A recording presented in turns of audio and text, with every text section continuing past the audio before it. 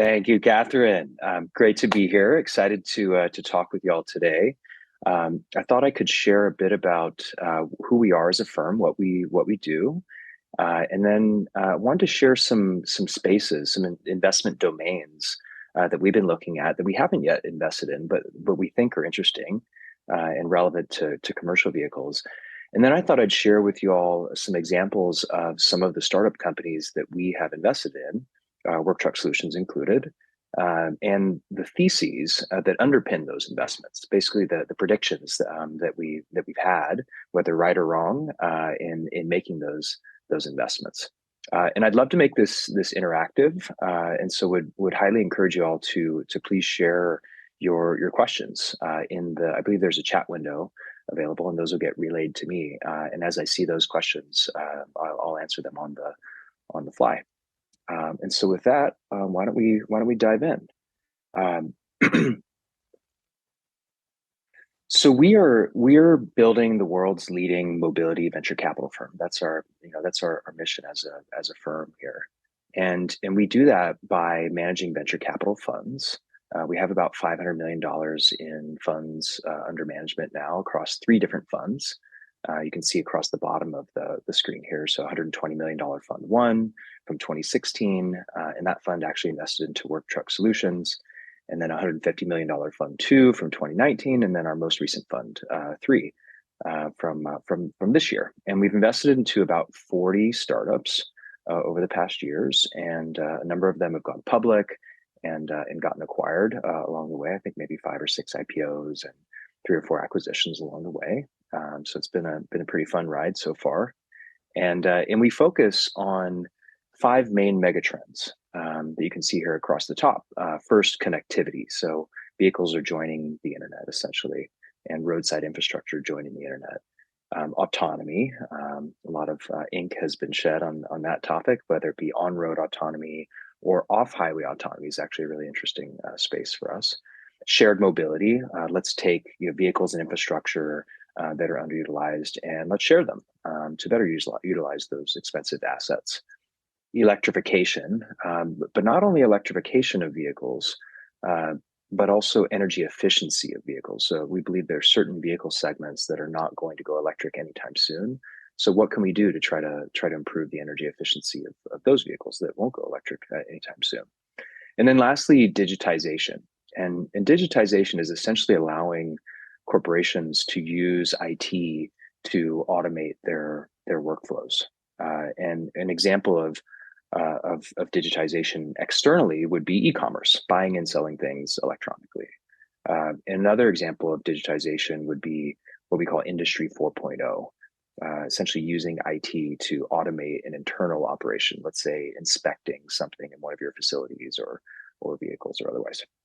So those main megatrends, and we serve as a bridge between entrepreneurs who have a dream and a vision related to solving some problem in mobility tech, but need capital to scale and also need access to folks who have scaled before. And those folks who have scaled before are large incumbent corporations in the automotive and transportation space, whether they be dealers or fleets or parts distributors or data providers or otherwise, and exited mobility entrepreneurs as well. And so we try to build a community of people who share our passion, whether they be entrepreneurs or whether it be folks who already have scaled, who have large businesses and are interested in entrepreneurs and startup companies as a source of innovation to collaborate with those entrepreneurs. So that's our business model in a nutshell. And in digging a little bit deeper into our focus, so we look at the whole life cycle of vehicles. We only do ground transportation, so nothing that flies, nothing that floats. Movement of people and goods along the surface of the earth is our focus, and we're looking at the whole life cycle of vehicles, from how do you engineer them, how do you manufacture them, how do you buy them, sell them, auction them, share them, all these verbs, and we're really looking for pain points, as I mentioned. We're looking for somebody in pain, a commercial, a business that's in pain, or a consumer that's in pain. We're looking for entrepreneurs that are trying to solve those pain points. And in the majority of the transport sector is actually services businesses. Services businesses are actually 10x, an order of magnitude larger than manufacturing of vehicles. And so the vast majority of the startups that we invest in are actually SaaS businesses and digital marketplaces and other software businesses. You won't see us investing into, say, the next Tesla or the next Rivian or big capital intensive OEMs or the like. Just too, great companies, but just too capital intensive for our business model. In some of the domains within, today's conference is focused on more kind of commercial vehicle space and not as much passenger cars, but so some of the commercial vehicle domains that we've been studying, and this is not an exhaustive list, but these are some of the domains we've been getting excited about. We haven't yet invested into these domains, but we're looking into it. Prognosis, diagnosis, predictive maintenance of vehicles. So I think you all know uptime is very, very important for commercial fleets. And so how can we use telematics data and other, let's call it forms of types of data, and let's apply data science to find patterns in the way a vehicle might be behaving out in the field and eventually a failure that might result. And so let's take that vehicle out of service and let's proactively maintain it, preemptively maintain it, and so that it doesn't actually break down on, let's say, the roadside or otherwise.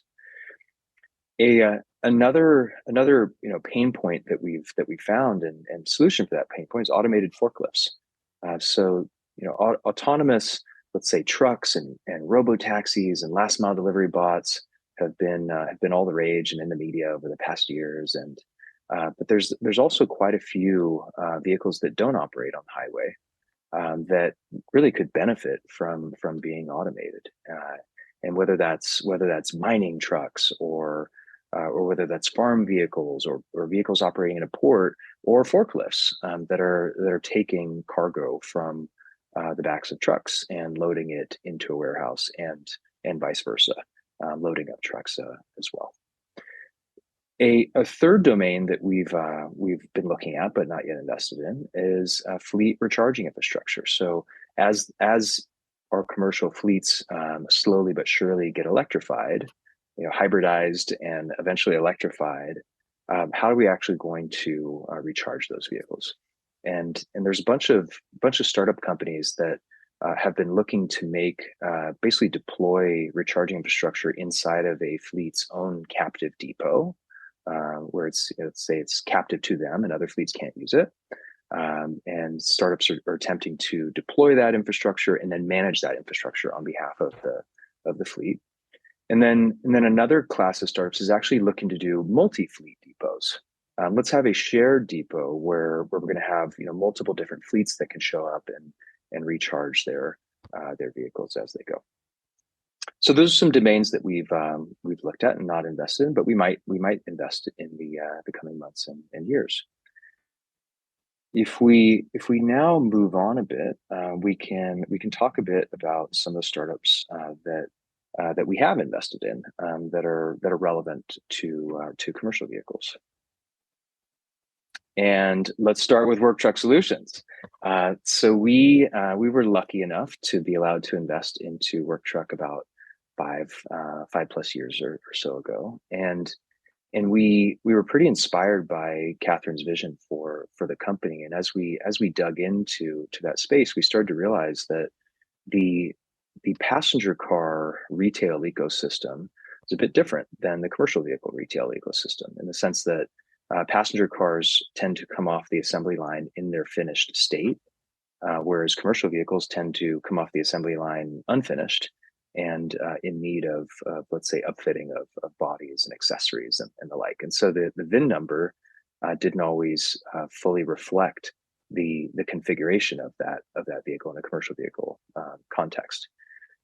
We also noticed that in the commercial vehicle space, there wasn't simply, let's say, OEM transferring vehicles to a dealer. There are intermediaries, there are distributors, there are body manufacturers, and all of those parties, the OE, the dealer, body manufacturer, upfitter, distributor, they have their own set of inventory, and they didn't all necessarily have the ability to see each other's inventory, and so it was difficult for a dealer to basically pair up supply with demand. Finding a vehicle of the correct configuration um, that that could suit a commercial buyer's needs. And so we were pretty inspired by the vision of hey, let's go and let's digitize all the inventory of all these parties in the work truck wholesale and retail ecosystem, and let's allow them to see each other's inventory, and let's create a digital marketplace for these commercial vehicles. And fast forward, and here we are today. Super excited to be here. So that was our thesis on work truck solutions, and we're proud investors going forward in the company. Another company that we invest in is called Cogniac. So think cognac, but with an I in there. And this company was born to basically automate visual inspection. So there's companies around the world are paying many humans to visually inspect things in an industrial context, whether that be a commercial fleet depot, or in a dealership, or at an auction, or in a vehicle assembly plant. And and humans tend to make errors. So we humans are fallible, and so why can't we actually just use computer vision and some of the latest advances in AI to automate some of those visual inspection tasks? The challenge that a lot of corporations faced was, in order for them to set up an automated visual inspection system, it often required substantial upfront investment in cameras and computers and a lot of calibration, right? And so if you are going to inspect the same thing in very, very high volume, maybe you can justify hundreds of thousands of dollars to set up an automated inspection station. But what if maybe you don't have that level of budget for an inspection task? You just want to quickly deploy an automated inspection somewhere without having to pay a bunch of money and spend a bunch of time setting up. So Cogniac said, they basically said, hey, we're going to take state-of-the-art AI models we're going to scrape across academia and open source, and we're going to actually package those in a no-code solution that allows a layperson without any computer science or technical training to very quickly point a camera at something and set up a visual inspection task. And we're going to be able to calibrate very quickly and easily by having a human in the loop in the beginning to help that computer essentially learn what they're inspecting and what is maybe a defect and what is not. And then that computer will be off to the races at some point once you've had the human in the loop to train it a bit. And so we made this investment some years ago, and the company's had substantial traction in vehicle assembly plants and fleet depots. They're inspecting the side of trucks, and they're inspecting the sides of shipping containers for damage and hazmat placards. They're even looking at tire sidewalls. There's all kinds of applications related to commercial vehicles. And we can move on to HDVI. HDVI is high definition vehicle insurance.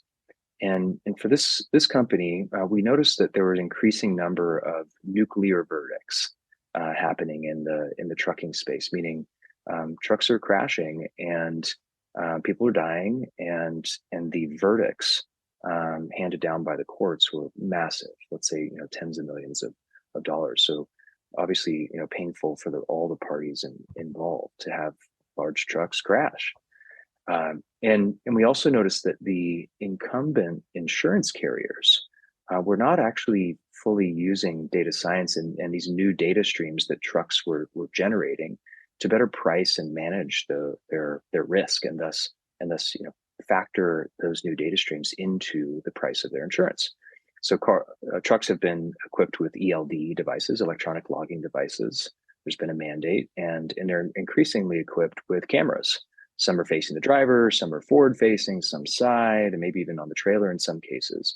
What if we could ingest all of that ELD data about the truck's speed and position and braking events and acceleration, along with all that camera data and maybe even other external data sources outside the vehicle. What if we could ingest all of that to better assess the driving performance, the safety performance of that vehicle? If we could do that, we could better price and select and manage risk, and even train the drivers to improve their safety behavior if they're engaging in certain things that are high risk. And so, HCVI is essentially a tech-enabled truck insurance carrier, and founded actually by some wonderful folks with experience in both insurance, founder of Allstate, and in telematics, Chuck Wallace and Reed Spitz. And I think we have no questions so far, but please feel free to pop any in the chat if you have them, and I will answer them. Another company that we invested in is called Fixico, and in Fixico's case, they're focusing on cosmetic auto body repair, but they've also actually gotten into to trucks. A large insurance carrier that's focused on insuring truck fleets has recently announced a partnership with Fixico. And this company was born from basically the pain that insurance carriers and fleets, whether it be rental car fleets or leasing fleets, were experiencing whenever one of their vehicles in their fleet or driven by their insured experienced some cosmetic auto body damage. The process of both capturing the diagnosing that damage, capturing that damage, imagery and otherwise, and then filing claims and then issuing tenders to the body shops in the region was pretty painful for them. And so, what if we could use smartphones to allow a person who just got a ding or a nick on their bumper or on their door, as you see here in this photo, to capture a photo of that and write a brief narrative, and allow that to be loaded into Fixico's claims processing system, where they work hand in hand with the insurance carrier to approve that claim, or work with the fleet to approve that claim. And then Fixico goes and issues a tender to all the body shops in the region who bid on the opportunity to complete that repair. And then the fleet or the insurance carrier selects the winning body shop, and the vehicle is taken to that shop for completion. So it's essentially solving, for the body shops, it's helping them to find new repair jobs, cosmetic body repair jobs, and fill their empty bays. And it's helping the fleets and the insurance carriers to expedite their cosmetic body claims, and basically find the best combination of price and speed and quality from the shops.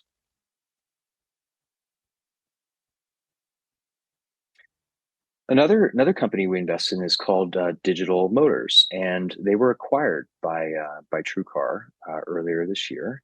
And I'm sure you're all very well aware of the digital retailing and omni-channel retailing trend that's been happening in auto retail over the past years. And a number of startups were born to try to solve that, basically to try to help dealers to list their vehicle inventory online, and not only list it but also allow transactability.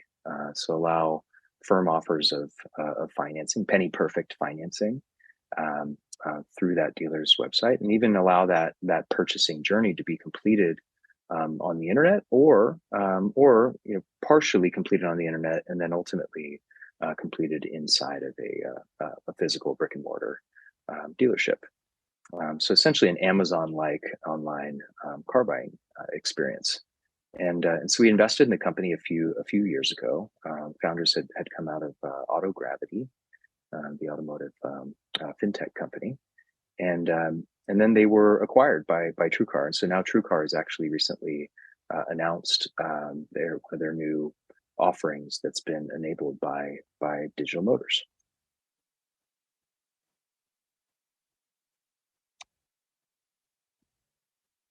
Another company we invested in called BusUp BusUp's actually headquartered in Barcelona, but they're operating around the US and Mexico and other nations in Latin America and around Europe. And the thesis for this company was, there's a lot of folks that needed to commute pre-COVID, and now as with COVID subsiding, folks are getting back to the office, and a lot of large corporations were able, if you're say Google or let's say you're Genentech and others, let's say in the Bay Area or other regions, you might have enough employees to justify having your own fleet of buses to help those employees get to and from the office. But what if you're a medium-sized business, or maybe you're a large corporation, but you have a satellite office that doesn't have as many employees to justify your own corporate commuter bus fleet. So Bus Up was born from basically a desire to help corporations that maybe didn't have the scale to justify their own fleet to share buses.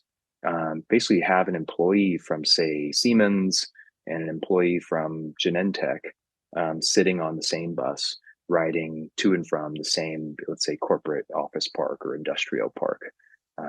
And obviously during COVID, a lot of those offices shut down.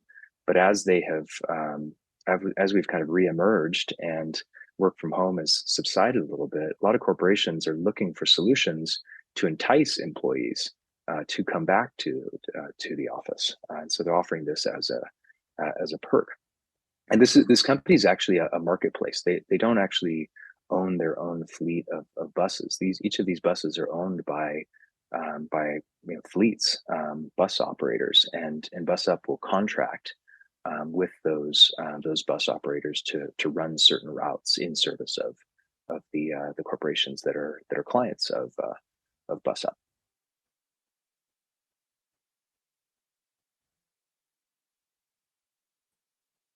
Another company we invest in is called Pickup in Dallas, founded by Brenda Stoner, and we noticed that there are plenty of on-demand, let's say, gig economy services that can help you deliver your food, your lunch, your groceries, can deliver humans. We're investors in Lyft, and you have DoorDash and Instacart and the like, but there weren't too many companies that could deliver big and bulky items.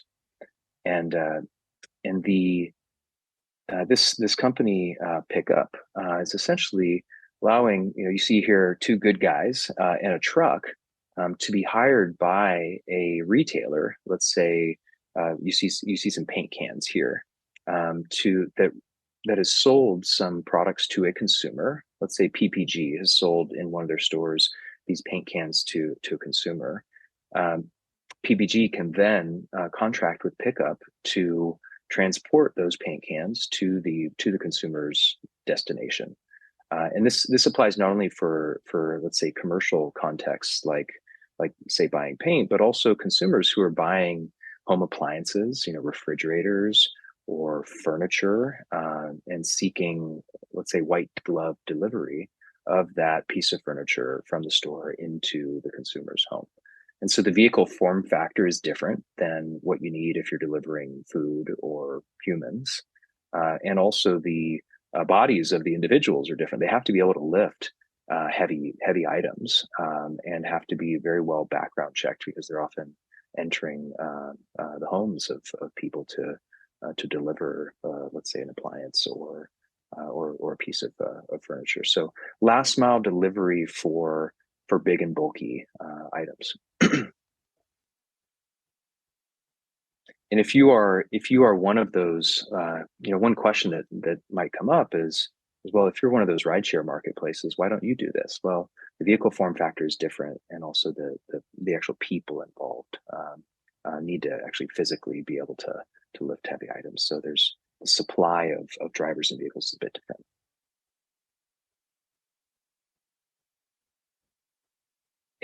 Another company that we invested in is called Basic Block, and this company is enabling digital freight factoring. So a lot of truckers, whether they be individual truckers or smaller truck fleets, they they use freight factoring services.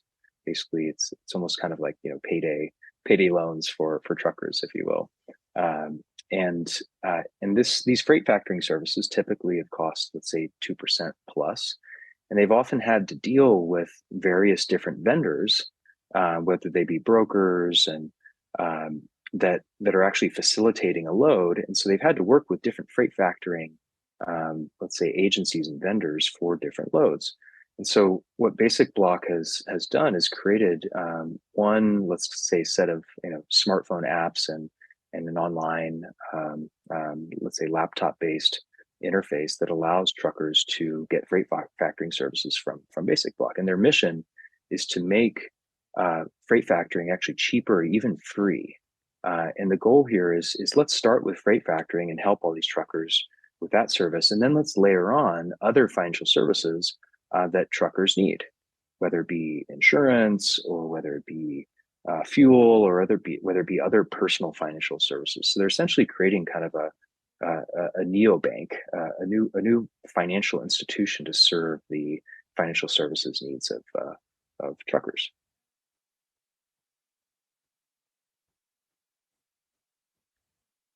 And then last but not least, we invested into Gridwise. And in Gridwise's case, we asked ourselves, what's coming next after rideshare? So if all these rideshare drivers and food delivery drivers are sole proprietors, 1099 workers in many cases, they often work for multiple platforms. They might drive for Lyft and also Uber, or they might drive for DoorDash and also Instacart. And so they're managing their relationship with multiple different gig economy platforms. And they often want to know, hey, how do I spend the next hour of my life or a couple hours of my life to maximize my earnings? Should I drive for Lyft, or should I go and deliver food for, let's say DoorDash? And so Gridwise has an app that serves these sole proprietors and helps them to monitor the different gig economy platforms and choose the one that's going to help them maximize their earnings in a given time period. And they also help them manage their taxes and provide a variety of other services that gig economy drivers need. Let's say tires and brakes and maintenance, repair, cell phone coverage, even healthcare in some places. So Gridwise is operating a marketplace where all the vendors who want to sell things to gig economy drivers can access this huge group of drivers that are presently using the Gridwise app, and then all those drivers can gain access and collective bargaining power with all of those vendors that want to sell them things, and of course also some collective bargaining power against the gig economy platforms themselves. Thank you very much all for listening today, and again, please do reach out to me or anyone in our firm if you are an entrepreneur who is seeking funding, or if you are interested in any of our portfolio companies that are listed on our website and that I showed you today, or if you are a corporation that is excited about startup companies and innovation and wants access to startup companies and mobility tech trends, we'd also be very happy to talk with you.